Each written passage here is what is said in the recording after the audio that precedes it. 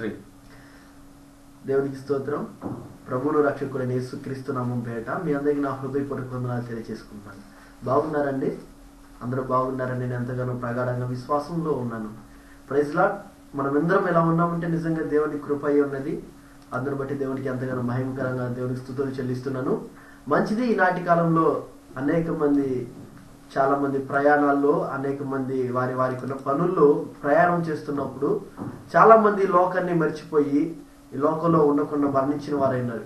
Praise the lord. అయితే మనందరము ఏ పనుల్లో ఉన్నప్పటికీ ఎలా ఉన్నప్పటికీ మనందరము దేవుని స్తుతిస్తున్నాం కాబట్టి మనందరం ఇలా క్షేమంగా ఉన్నవారు నేను నమ్ముతున్నాను. Praise the lord. క్షేమంగా ఉన్న వారందరూ ఒకసారి దేవుని ఎంతగానో స్తుతులు చెల్లిద్దాము. రైట్. మంచిది. ఈ నాటికాలంలో మనందరము ఒక చిన్న విషయం గురించి, అంటే ఒక విశ్వాసిగా, ఒక క్రీస్తుని ఎరిగిన వాడిగా నీకు నాకు ఉపయోగపడగలిగిన ఒక చిన్న అంశంను నేను మన మధ్యలో ఉంచాలని ఆశపడుతున్నాను.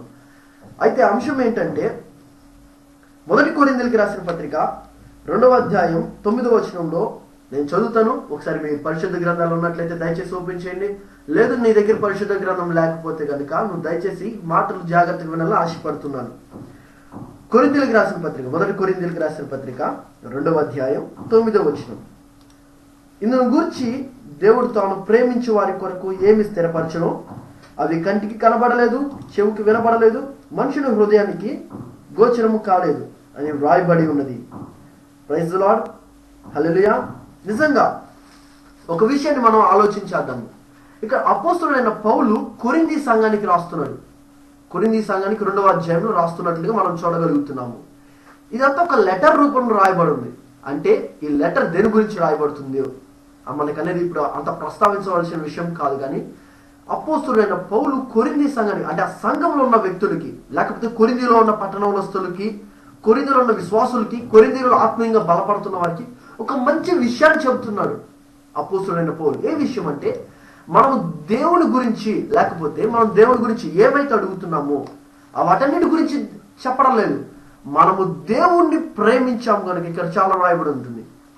అందుని గురించి దేవుడు తాను ప్రేమించిన వారి కొరకు, ఎవరి కొరకు అంటున్నాడంటే, మనం ఒకవేళ దేవుణ్ణి ప్రేమించినట్లయితే, మనం దేవుని గురించి ఆశపడినట్లయితే, మనం దేవుని గురించి ఒక మంచి విశ్వాసం కలిగి ఉన్న వారమైతే ఇక్కడ ఏం చెబుతున్నాడంటే, ప్రేమించిన వారి కొరకు ఏమి స్థిరపరచును, అంటే దేవుడు మన కొరకు ఏమైతే స్థిరపరిచాడో అవి మొట్టమొదటికి ఏమి కనపడట్లేదంటే, మనుషునికి కనపడట్లేదంట, చెవికి వినపడడం లేదు, మనుషుని హృదయానికి గోచరం కావడం లేదు.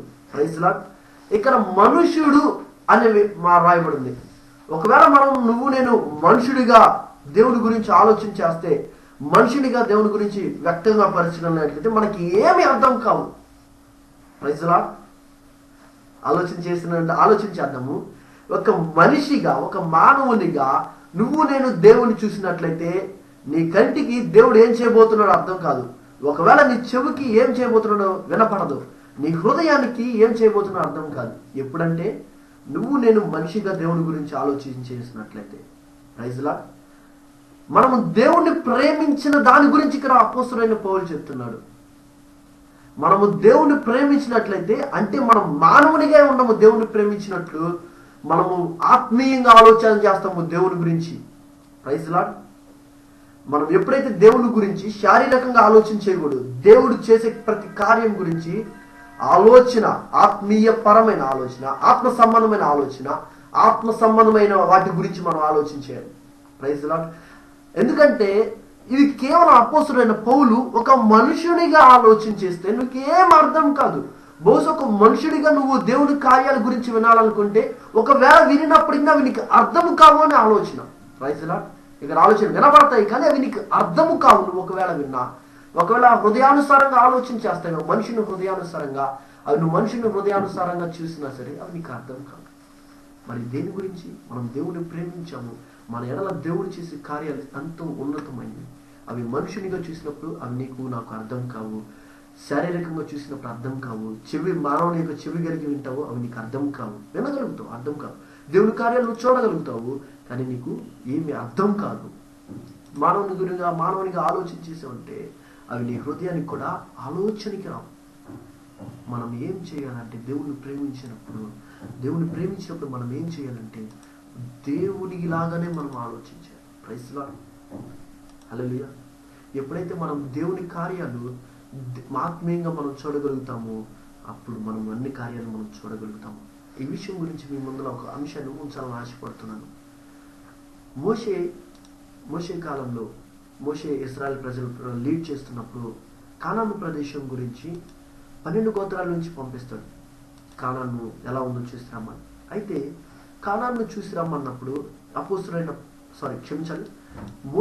మోషే పంపించినప్పుడు మోషే పంపించినప్పుడు వీళ్ళిద్దరూ వెళ్తారు, 12 గోత్రస్తులు వెళ్తారు. కానీ ఎవరైతే బలంగా ఉంటారో వాళ్ళు బలమైన విషయాన్ని తీసుకొచ్చారు. శారీరకంగా బలంగా ఉంటారు, వాళ్ళు శారీరక బలమైన విషయాలు తీసుకొచ్చారు.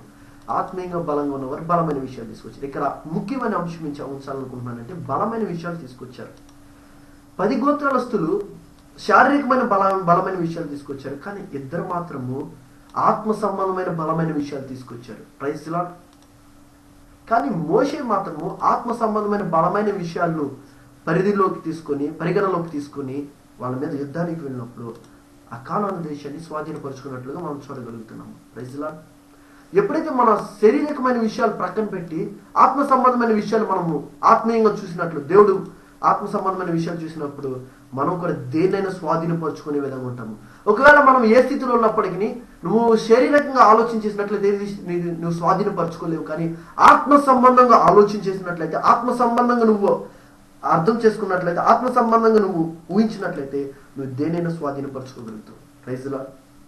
మనం స్వాధీనపరచుకోవాలనుకుంటే ఒకటే ఒక రీతిగా మనం దేవుని ప్రేమించినట్లయితే మనం దేనైనా స్వాధీనపరచుకోగలము. కానీ శారీరకంగా స్వాధీనపరచుకోలేము, ఆత్మ సంబంధంగా స్వాధీనపరచుకోగలము. Praise the Lord. హల్లెలూయా.